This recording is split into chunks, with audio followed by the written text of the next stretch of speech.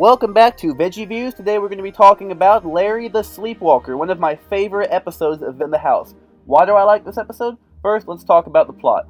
So Larry is sleeping with his rubber ducky. He keeps squeaking it, he gets on Bob's nerves.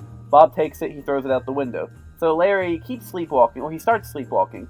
And he's sleepwalking towards the ducky. He wants to find the ducky.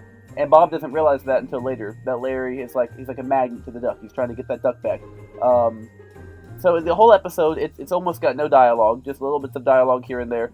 But 90% of the episode, Larry is asleep and wandering through the town, and Bob is just trying to stop him and save him.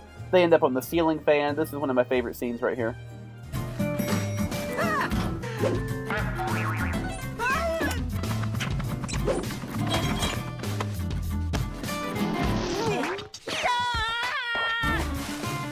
I mean, it really just shows that VeggieTales are vegetable-sized, you know? Unlike the interviews where they're as big as the people. Be a player, get up and play an hour a day. It's a very cartoony episode, very bouncy, very goofy. The animation's a lot of fun. I know I've said that before, but this is one episode where the animation is so bouncy and so goofy.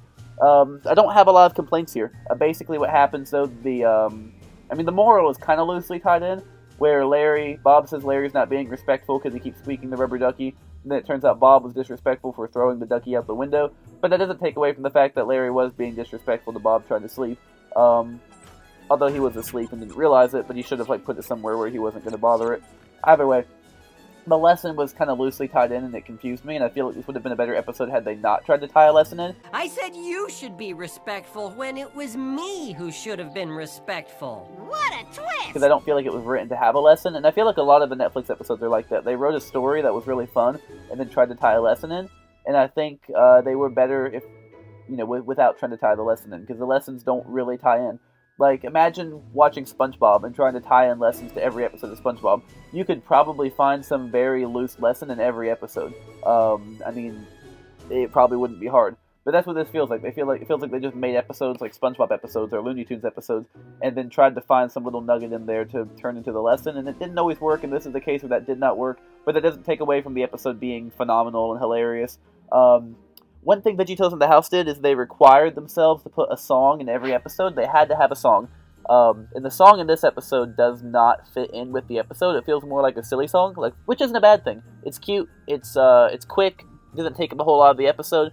But if I had written this, I would have resolved it by having Larry show up with pants on his head at the end of the episode. Because, that's what the song's about. He's got pants on his head. He's dreaming that he's got pants on his head. I'm dreaming in bed that I got pants on my head. So if at the end of the episode he had pants on his head, I think that would have made this, it would have justified the song better.